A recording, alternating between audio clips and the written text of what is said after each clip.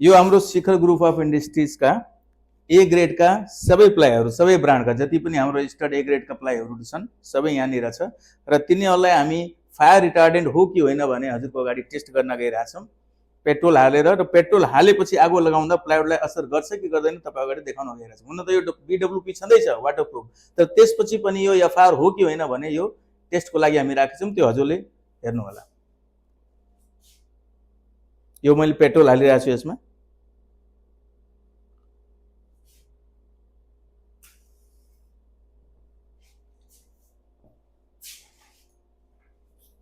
हेर्नु आगो लागिसकेछ।